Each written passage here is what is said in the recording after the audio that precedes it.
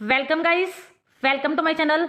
आज हम लोग आरपीएससी का पीजीटी इकोनॉमिक्स का 2022 का जो क्वेश्चन पेपर हमने स्टार्ट किया हुआ था उसी को कंटिन्यू करेंगे। ऑलरेडी इस क्वेश्चन पेपर का फर्स्ट पार्ट चैनल पर आ चुका है। अगर आपने नहीं देखा तो आप चैनल पर जाइए, आपको प्लेलिस्ट में बहुत सारे क्वेश्चन पेपर्स मिल जाएंगे। आज का जो हमारा पहला क्वेश्चन रहेगा, survey, polls, interview, delivery techniques, focus group, questionnaire under cons. ये क्या है? ये डाटा कलेक्शन के तरीके हैं। सर्वे करना, पोल्स, इंटरव्यू से और डिलीवरी टेक्निक्स और फोकस ग्रुप से आपने क्वेश्चंस पूछे। अब ये पूछ रहे हैं आपसे, ये किसके अंदर आता है? पहला है primary quantitative data, primary qualitative data, secondary quantitative data, secondary qualitative data. अब आप देखिए, किसी का सर्वे करते हैं, किसी प्रॉब्लम का, आप पोल लेते हैं, आप इंटरव्यू लेते हैं, तो और ग्रुप से आप क्वेश्चन पूछ रहे हैं, तो ये सब डेटा आपने सोर्स से इकट्ठे करी। ये तो आपको समझ आ गया कि ये डेटा कौन से हैं? प्राइमरी डेटा है। अब आपको कंफ्यूजन हो रही है कि डेटा क्वांटिटेटिव डेटा है या क्वालिटेटिव डेटा है। आप देखिए, जब आप किसी से इंटरव्यू लेते हो, जब आप सर्वे लेते हो, कहीं ना कहीं या फोकस ग्रुप से आप क्वेश्चन पूछते हो, तो आपको समझ आएगा कि आप जो क्वेश्चन पूछ रहे हो, आप किसी के बिहेवियर की स्टडी कर रहे होते हो। ठीक है, जब आप अगर वहाँ पर सर्वे में, पोल्स में आप क्या ले रहे हो? ओपिनियंस ले रहे होते हैं हम, तो ऐसे में ये जो डेटा होता है ये आपका क्वालिटेटिव होगा। तो इस क्वेश्चन का जो राइट आंसर आपका हो जाएगा वो हो जाएगा option number second, primary qualitative data. अगला क्वेश्चन देखिए, अगले क्वेश्चन में आपसे क्या पूछ रहा है? The Mundell Fleming model has been used to argue that. आपने मुंडेल फ्लेमिंग का जो मॉडल किया है, उस मॉडल में ना एक चीज होती है। इन्होंने क्या बोला है कि यहाँ पर जो मुंडेल फ्लेमिंग मॉडल है वो किस बात का आर्ग्यू करता है, मतलब अपने मॉडल में किस चीज का तर्क देकर वो अपनी बात समझाना चाहता है। यहाँ पर बोला जाता है the economy can not simultaneously maintain a fix exchange rate, free capital mobility, independent monetary policy. आपने एक नाम सुना होगा, इम्पॉसिबल ट्रिनिटी। ठीक है, मुंडेल फ्लेमिंग ने दी थी ये, जिसका नेम क्या है? Impossible Trinity. अब इस शब्द के अंदर इसका मतलब छोड़ा है। इम्पॉसिबल मतलब असंभव, ट्रिनिटी मतलब तीन चीजें इकट्ठी नहीं हो सकती। मुंडेल फ्लेमिंग ने जो अपना ओपन इकोनॉमी का मॉडल दिया था ISLM को एक्सटेंड करते हुए, तो उसके अंदर उसने ये इम्पॉसिबल ट्रिनिटी दिया था। इम्पॉसिबल ट्रिनिटी जो है वो क्या समझाती है कि एक इकोनॉमी के अंदर ना तीन चीजें इकट्ठी नहीं हो सकती। कि एक तरफ आप चाहो कि फिक्स एक्सचेंज रेट जो है मेंटेन रहे, दूसरी तरफ आप चाह रहे हो कि दूसरे देश से जो फ्री कैपिटल मोबिलिटी होती रहे, मतलब एक देश से दूसरे देश में जो कैपिटल है, जो पूंजी है, उसका स्वतंत्र प्रवाह होता रहे। तीसरा है इंडिपेंडेंट मॉनेटरी पॉलिसी, कि उस देश में जो मॉनेटरी पॉलिसी हो वो इंडिपेंडेंट हो, किसी चीज़ पे डिपेंड ना करती हो। तो ये पॉसिबल नहीं है कि तीनों चीज़ें इकट्ठी हो, इसमें से कोई ना कोई एक जो है आपको क्या करनी पड़ती है? स्किप करनी पड़ेगी। तो इसीलिए इस क्वेश्चन का जो राइट आंसर हो जाएगा वो ऑप्शन नंबर फर्स्ट ही हो जाएगा। इसी पॉइंट को लेकर उन्होंने अपने इम्पॉसिबल ट्रिनिटी के अंदर क्या किया था? आर्ग्यू किया था। तो इसीलिए ऑप्शन नंबर फर्स्ट इस क्वेश्चन का आपका राइट आंसर हो जाएगा। अगला क्वेश्चन देखिए, एक मोनोपोलिस्ट है जो मैक्सिमाइज करना चाहता है अपना प्रॉफिट। अब आपको पता है मोनोपोलिस्ट एक अधिकारी होता है, वो कब अपने प्रॉफिट को मैक्सिमाइज करेगा? जब उसका मार्जिनल कॉस्ट इक्वल होगा किसके? मार्जिनल रेवेन्यू के। ऑप्शन नंबर 4 इस क्वेश्चन का राइट आंसर हो जाएगा। अगला क्वेश्चन आपका पेडागोजी का है, इसलिए हम इसको सोल्व नहीं करेंगे। अगला क्वेश्चन देखिए, क्वेश्चन नंबर 56। क्वेश्चन नंबर 56 में क्या बोला गया है कि जब आप मीडियन निकालते हो तो कौन सा फॉर्मूला यूज करते हो? अब मीडियन निकालने का सबसे आसान जो तरीका है, पहले आपके पास जो भी डेटा होता है उसको आप किस में अरेंज करते हो? उसको आप सबसे पहले सबसे छोटा, फिर उससे बड़ा, असेंडिंग ऑर्डर में सबसे पहले अरेंज करते हो। अगर आपकी सीरीज इंडिविजुअल सीरीज होती है तो n+1 डिवाइड बाई 2 अगर मैं कहूँ तो आप मीडियन लेते हो, मिड वैल्यू लेते हो सीरीज की, और फिर आप मीडियन निकालते हो। तो यहाँ पर ऑप्शन नंबर 3 जो ये कह रहा है कि जब आप मीडियन निकालते हो तो आप मिड वैल्यू लेते हो, और मिड वैल्यू ये कैसे आती है? जब आप सारी सीरीज को असेंडिंग ऑर्डर में क्या करते हो? निकाल लेते हो। तो यहाँ पर ऑप्शन नंबर 3 इस क्वेश्चन का आपका राइट आंसर हो जाएगा। अगला क्वेश्चन देखिए, the theory of demand for money has been derive from. अब डिमांड फॉर मनी की आपने थ्योरीज करी हैं, तो वो कह रहे हैं कि theory of demand for money है उसको आप कैसे निकाल सकते हो? आपने फिशर की एक्सचेंज इक्वेशन पढ़ी है ना, सबने पढ़ी है। MV = PT। एम का मतलब यहाँ पर मनी सप्लाई है, वी का मतलब वेलोसिटी है, पी का मतलब प्राइस लेवल, टी का मतलब ट्रांजेक्शन डिमांड फॉर मनी। तो इससे हम क्या निकालते हैं, मनी की जो डिमांड है हम निकालते हैं, किससे निकालते हैं, कौन सी इक्वेशन से, इक्वेशन जो एक्सचेंज की हमें फिशर ने गिवन होती है। तो इसीलिए ऑप्शन नंबर ए इस क्वेश्चन का राइट आंसर हो जाएगा। अगला क्वेश्चन देखिए, the apex body of foreign trade in India, Bharat में विदेशी व्यापार करने के लिए सबसे जो शीर्ष संस्था है वो कौन सी है। मिनिस्ट्री ऑफ कॉमर्स जो है, मिनिस्ट्री ऑफ कॉमर्स जो है वो हमारे देश में जो सारा फॉरेन ट्रेड है उसको देखती है, तो सबसे बड़ी संस्था जो है वो आपकी मिनिस्ट्री ऑफ कॉमर्स है। तो इसीलिए ऑप्शन नंबर 4 इस क्वेश्चन का आपका राइट आंसर हो जाएगा। अगला क्वेश्चन फिर आपका टीचिंग का है, तो इसको नहीं करेंगे। क्वेश्चन नंबर 60 को देखिए, नॉन प्रोबेबिलिटी सैंपलिंग क्या है। नॉन प्रोबेबिलिटी सैंपलिंग का मतलब होता है जब आप सैंपल लेते समय किसी भी संभावना का प्रयोग ना करें। स्ट्रैटिफाइड ये आपका सैंपलिंग है प्रोबेबिलिटी, रैंडम सैंपलिंग भी आपका सैंपलिंग है, क्लस्टर सैंपलिंग भी आपका सैंपलिंग है, लेकिन कन्वीनियंस सैंपलिंग, कन्वीनियंस सैंपलिंग का मतलब ही यही है कि आपने अपनी सुविधा के अनुसार जहां से आपको आसान पड़ा आपने वहां से डेटा ले लिया। तो यहाँ पर जहां पर आपको आसान पड़ा आपने वहीं से डेटा ले लिया। तो यहाँ पर किसी भी सैंपल में हर कंपोनेंट के आने का इक्वल चांस नहीं है। तो इसीलिए इसको नॉन प्रोबेबिलिटी सैंपलिंग बोलेंगे।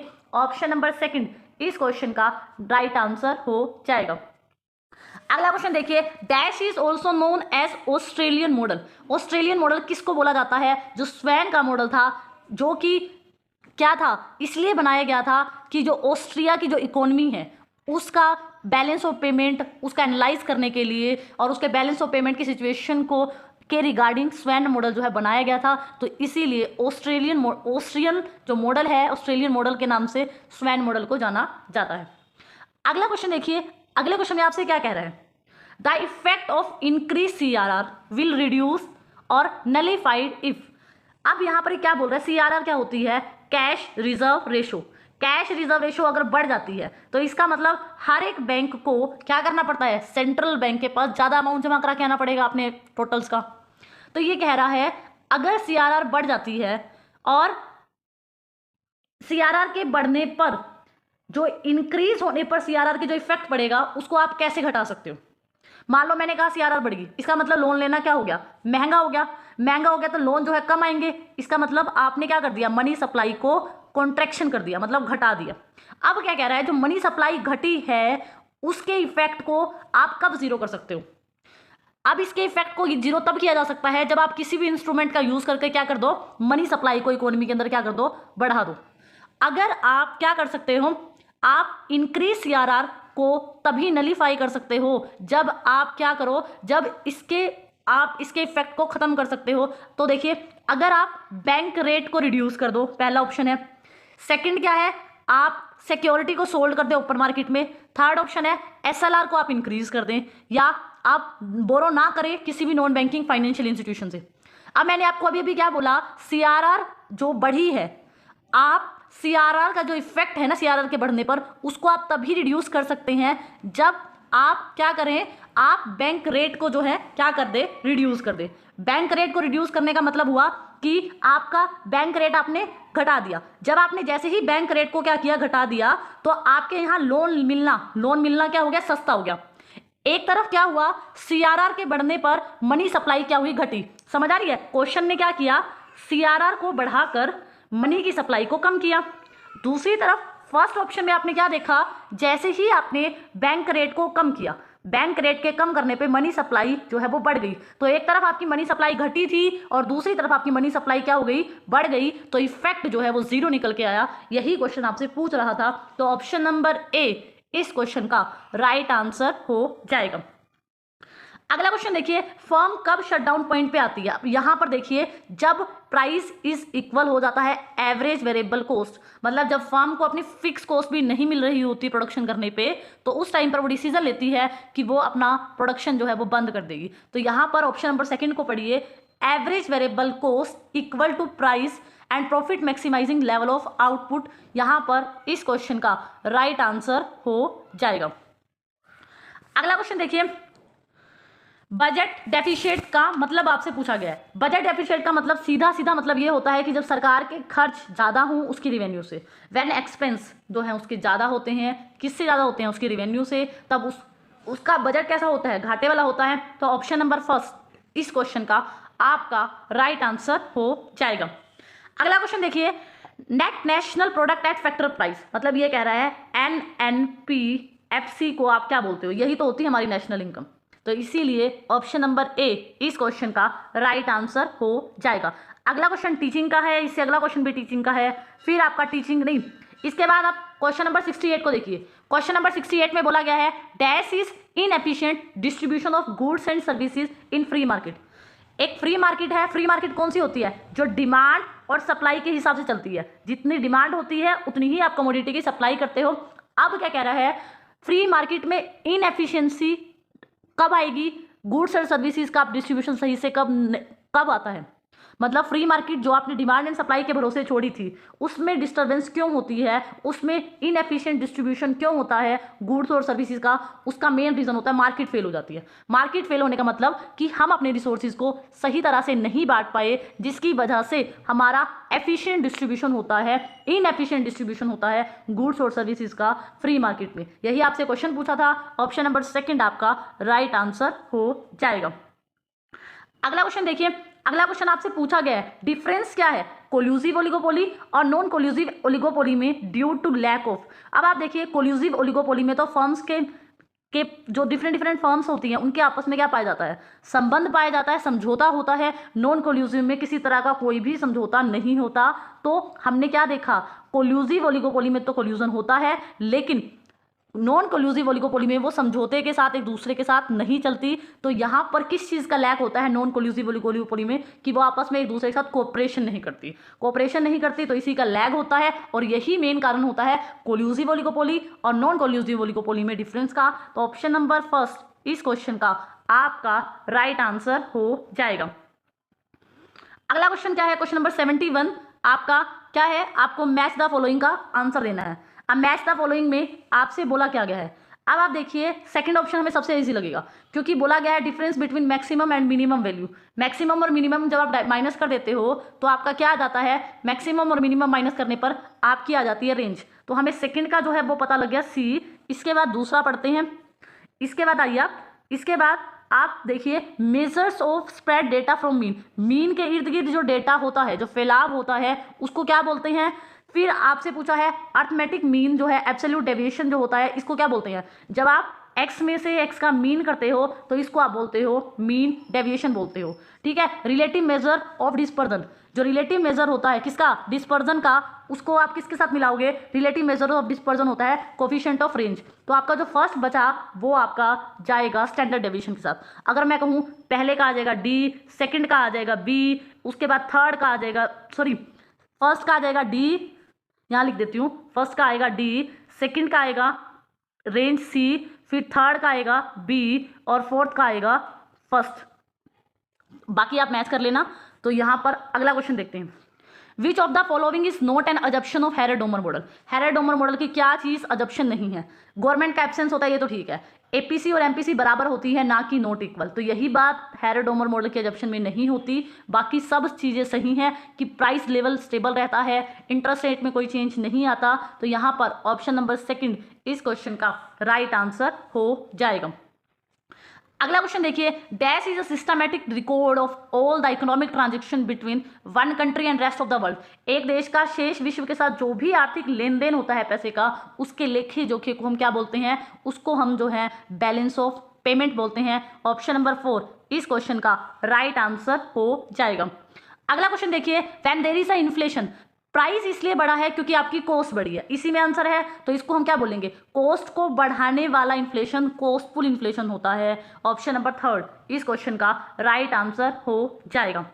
अगला क्वेश्चन देखिए, अगला क्वेश्चन आपका क्या है कि MV is equal to PQ। ये जो स्टेटमेंट है ये किसने दी है, ये फिशर की स्टेटमेंट है। ऑप्शन नंबर 3 इस क्वेश्चन का राइट आंसर हो जाएगा। अगला क्वेश्चन देखिए, natural growth rate is an open to objection and study of non economic factors neglected in. कहते हैं हमने नेचुरल ग्रोथ रेट को, मतलब जो नेचुरल ग्रोथ रेट है और जो हमारे नॉन इकोनॉमिक फैक्टर है वो एक ओपन ऑब्जेक्शन है। और जिन्होंने, जब आपने नेचुरल ग्रोथ रेट को पढ़ा ना, तो आपने जितने भी आपके नॉन इकोनॉमिक फैक्टर्स थे उनको पूरी तरह से नेग्लेक्ट कर दिया। तो ये जो है कहाँ आपने देखा, तो ये आपने जो है हैरेड-डोमर के मॉडल में हमने पढ़ा है। तो ऑप्शन नंबर सेकंड इस क्वेश्चन का राइट आंसर हो जाएगा।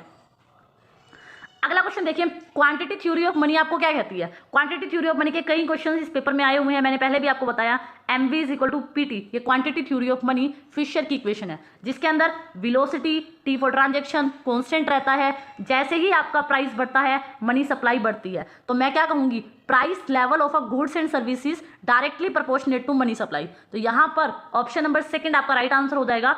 एक तरफ प्राइस होगा, एक तरफ मनी की सप्लाई होगी, और ये आपका डायग्राम भी मैंने आपका बना दिया। तो ऑप्शन नंबर सेकंड यहाँ आपका राइट आंसर हो जाएगा।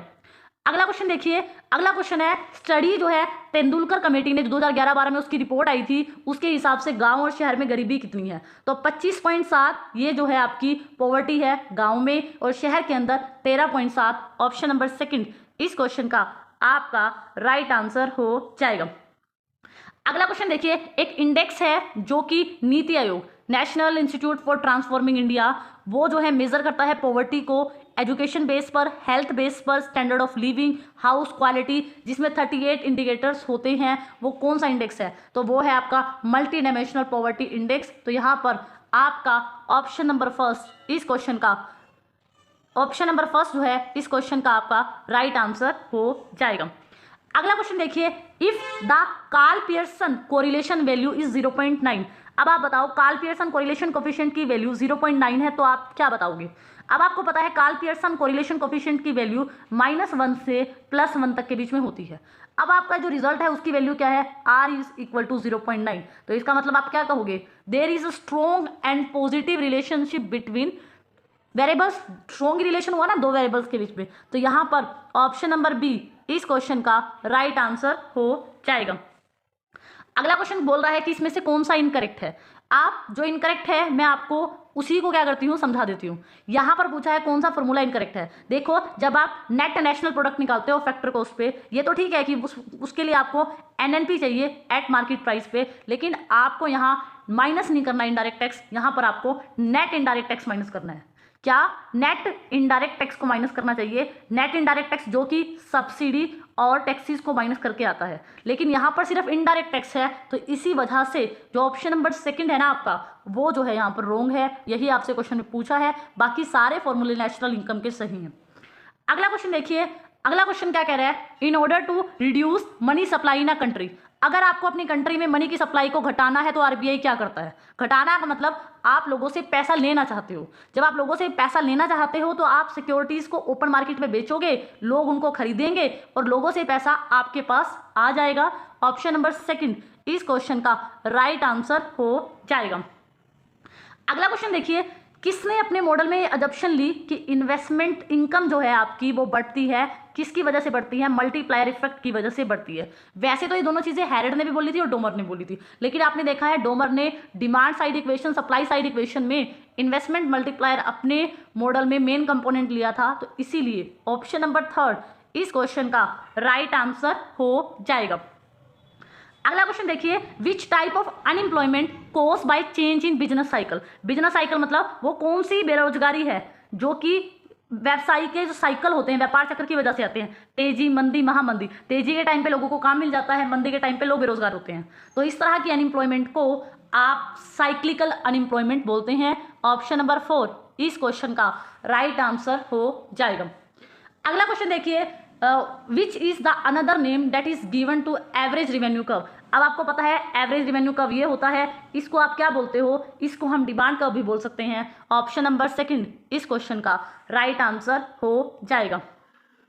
अगला क्वेश्चन है, अगले क्वेश्चन के अंदर आपसे पूछ रहा है 2020-21 में कौन सी क्रॉप में राजस्थान को फर्स्ट रैंक है या सबसे ज़्यादा लार्जली वो उसको प्रोड्यूस करता है। तो वो जो है मोटा अनाज, रैपी सीड, सरसों, मस्टर्ड, ऑयल सीड, इसमें जो राजस्थान जो है उसको फर्स्ट रैंक है। तो यहाँ पर ऑप्शन नंबर फर्स्ट इस क्वेश्चन का आपका राइट आंसर हो जाएगा। अगला क्वेश्चन ना सर्चेबल क्वेश्चन है, आप लोग मुझे कमेंट सेक्शन में आंसर देना इस क्वेश्चन का।